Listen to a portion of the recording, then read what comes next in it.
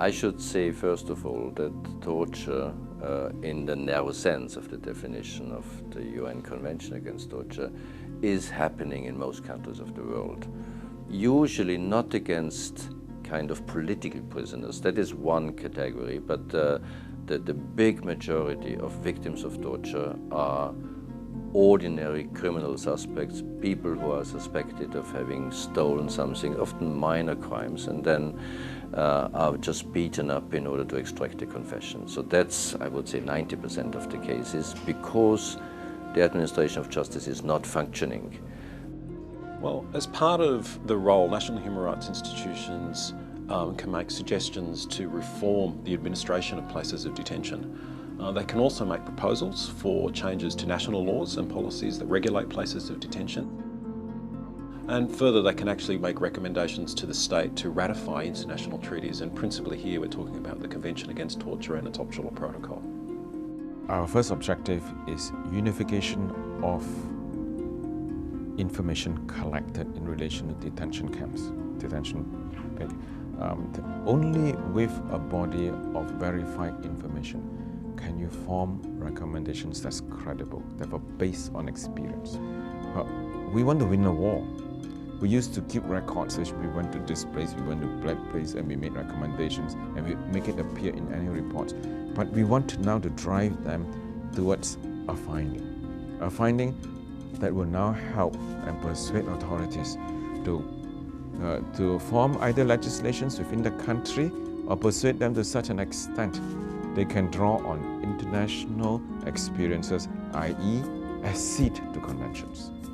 There are several ways in which national human rights institutions can be involved in the development and implementation of national laws on torture. One, of course, is in advocating for such laws to be put in place, or for the reform of existing penal codes, etc. Effective national laws on torture should, first of all, specify the crime of torture, and also be clear on the gravity of the crime as well. Within a torture law, there should also be all the legal safeguards which are contained in the Convention Against Torture, such as access to lawyers and also the use of evidence that is presented in courts. Positive progress, it starts from 2004 till now.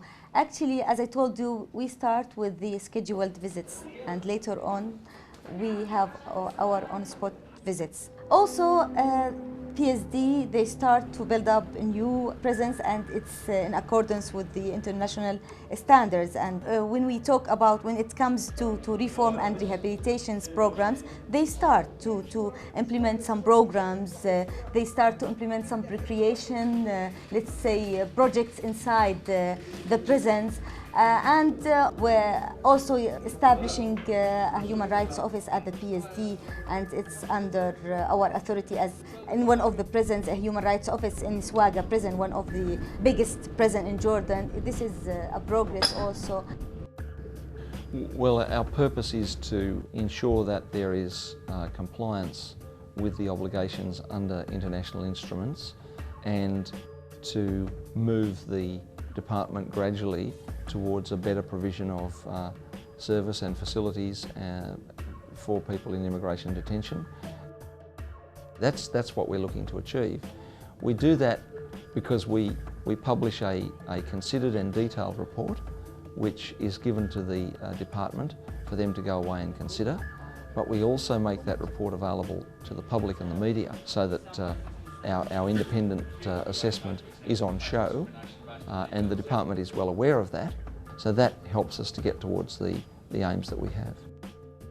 Sometimes we intervene with the Minister of Interior, but lately we have noticed that the best thing to do is really to take that to an even higher level, and now our Commissioner General is intervening with the President of the Palestinian Authority.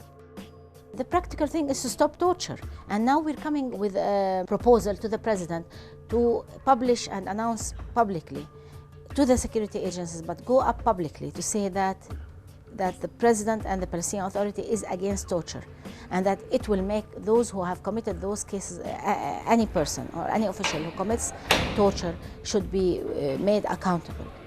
We want those words to be translated into action.